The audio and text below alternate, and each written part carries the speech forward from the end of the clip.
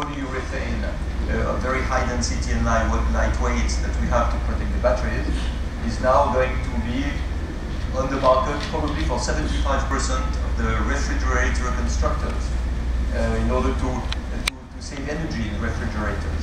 So this brings really to one of the goals of the project. We were saying in the beginning how important it was to motivate people to think out of the box, to be pioneers, to be innovators, but it's also very practical, it's not only philosophical. With the technologies we have on board with solar impulse, we can clearly say that if they were used massively everywhere in the world, we could today already, without additional innovation, divide by 2 the fuel consumption of the world and provide half of the rest with renewable sources.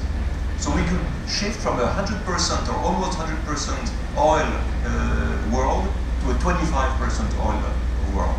And the technologies exist, we use them, and what we hope is that maximum number of people are really going to implement this on the market, and that it doesn't stay just in startups, in laboratories of universities or corporations who develop it, but they don't find a market for it. .org Energy team, you're taking notes? Yes. Thank you, Olya.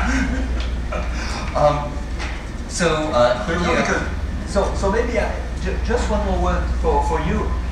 You know what is lacking in this world now is really the political will to go into that direction.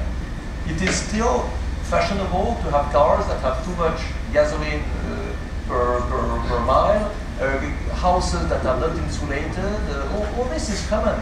And here is the way that we really have to push the politicians into, in terms of encouragement, incentives, or maybe regulation, because the solutions exist.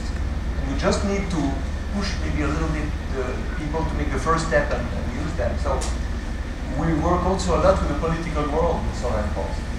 It gives us the possibility to meet a lot of politicians, heads of states, parliamentarians, and they seem to be quite motivated after they see the plan.